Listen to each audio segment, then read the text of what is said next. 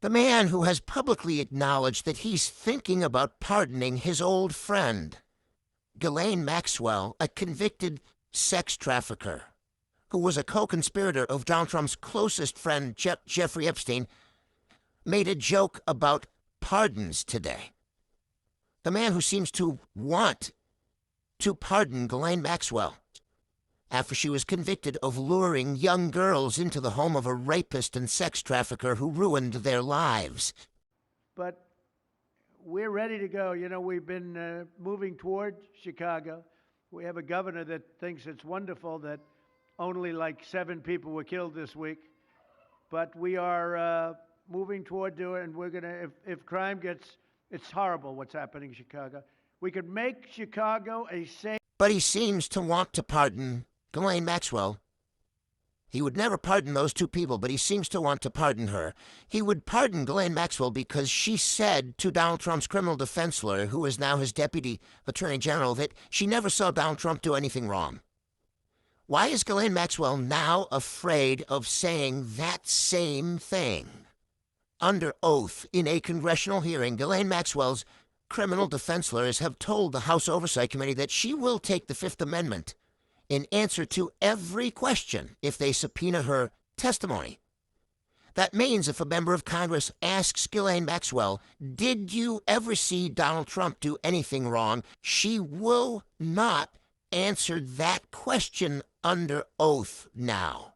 She will take the Fifth Amendment, and so someone who will not make the same statement under oath to Congress that she has already made to Donald Trump's criminal defense lawyer is someone who just might have been lying to Donald Trump's criminal defense lawyer, who's now his deputy attorney general. It may be that most of what Ghislaine Maxwell said to Donald Trump's deputy attorney general was a lie. That's why she won't repeat any of it, not a word, under oath in testimony to Congress.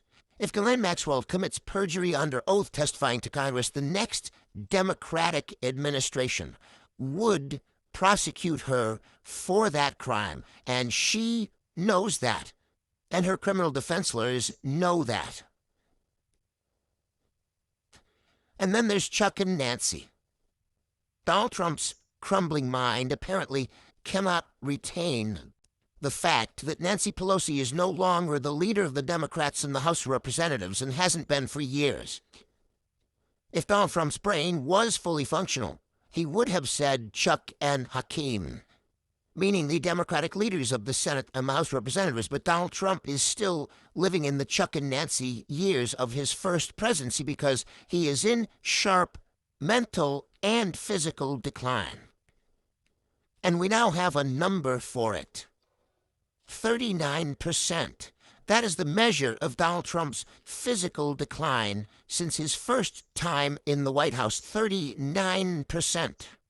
In an article published tonight by the New York Times, K.E. Rogers and Dylan Friedman report under the headline, Shorter Days, Signs of Fatigue, Trump Faces Realities of Aging in Office.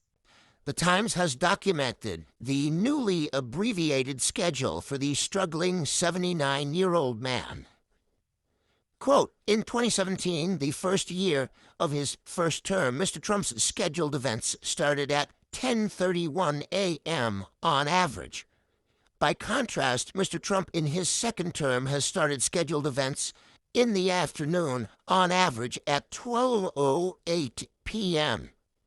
His events end on average at around the same time as they did during the first year of his term, shortly after 5 p.m.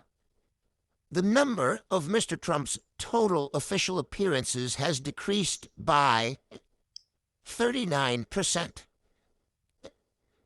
39% less Donald Trump. That's what we're getting now. Donald Trump was the laziest president we had ever seen in his first term. He is now 39% lazier. And he is now apparently struggling with a 5-hour workday. And of course, none of us have seen him do anything that in any way meets the definition of work during those 5 hours. The Times reports Mr. Trump appeared to doze off during an event in the Oval Office. And so we are now covering the physical decline and fall of Donald Trump. Last night, I mentioned Donald Trump's age a couple of times when I pointed out that you can see the 79-year-old man who gets very little sleep bewildered about how he is losing his grip on the Republican Party. And there are people who are in full-blown dementia in their early 60s. We all age differently, and Donald Trump is aging just fine for someone who should be watching TV all day and playing golf occasionally, but he's aging terribly for a president. But Donald Trump at his best age would have been the stupidest president and most incompetent president in history and the most corrupt. A younger Donald Trump is not a better Donald Trump. Congressional Democrats have much to be thankful for this Thanksgiving, but next Thanksgiving, they will have much more to be thankful for. At least Republicans believe that, because next Thanksgiving, Republicans believe Hakeem Jeffries will be waiting to be sworn in as Speaker of the House the following January. The Democrats will control the House of Representatives by a larger margin than the Republicans control it now, and Donald Trump will be facing real investigations with real subpoena power in the House of Representatives about the biggest payoffs in the history of Washington corruption, which will mean that Donald Trump's presidency, as we know it, will be over a year from now. And Donald Trump's worst abuses here in the United States will come to an end a year from now. Everything I've just said is what current polls indicate will happen next year, and now we know it is what Republicans themselves in Congress firmly believe will happen, and that's why Republicans are quitting. Former Republican Speaker of the House Kevin McCarthy said last night that he believes Marjorie Taylor Greene retiring from the House of Representatives is simply the first of many. He called her a canary in the coal mine and said that congressional Republicans are, quote, going to get a lot of people retiring. Punchbowl News, run by Jake Sherman, who has excellent contacts in Congress, reports that Republicans believe they have no chance of winning the House of Representatives next year. That's what Republicans believe, and they blame two people, Donald Trump and Mike Johnson. Quote, a few other GOP members messaged us over the weekend saying that they too are considering retiring in the middle of the term. Here's one particularly exercised senior House Republican. Quote, this entire White House team has treated all members like garbage, all. And Mike Johnson has let it happen because he wanted it to happen. That is the sentiment of nearly all. Appropriators, authorizers, hawks, dubs, rank and file. The arrogance of this White House team is off-putting to members who are run roughshod and threatened. They don't even allow little wins like announcing small grants or even responding from agencies. Not even the high-profile, the regular rank-and-file, random members are more upset than ever. Members know they are going into the minority after the midterms. More explosive early resignations are coming. It's a tinderbox. Morale has never been lower. Mike Johnson will be stripped of his gavel, and they will lose the majority before this term is out. That's not a reporter summarizing what the reporter has found. That is a senior House Republican putting it in writing in a text saying members know they are going into the minority after the midterms. It's a tinderbox. Morale has never been lower. Mike Johnson will be stripped of his gavel. In other words, the senior House Republican who wrote that is a rational politician who can see that insane policies that hurt voters will hurt the party supporting those policies. You do bad things in government and you lose elections. And what that senior House Republican is saying is that virtually all House Republicans know this. The senior members, the junior members. And that's why it's a tinderbox. What they need to turn the tinderbox into a functioning congressional party is for a calming, steady leader to guide them.